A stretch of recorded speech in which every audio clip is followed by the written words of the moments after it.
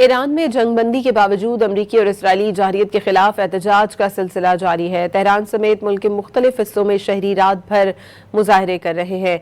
इस मौके पर ईरानी शहरी अपनी अफवाज के साथ इजहार यकजहती कर रहे हैं।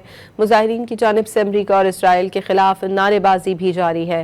तेहरान में एहतजाज के दौरान एक खातून तारीख ईरान पर लिखी गई किताब और ईरानी शायर फिरोसी का शेरी मजमुआ लेकर आ गईं। उन्होंने कहा कि वो ये तोहफे के तौर पर अमरीकी सदर को पेश करना चाहती हैं।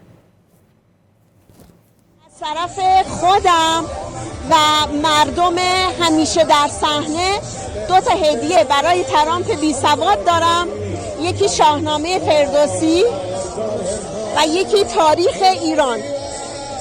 خیلی دوست دارم ترامپ بی سواد این دو تا کتاب رو مطالعه کنه و بدون ما مردم ایران همیشه پیروز، همیشه قدرتمند، همیشه دست بالا رو داریم و اینقدر خودش رو به زحمت نندازه.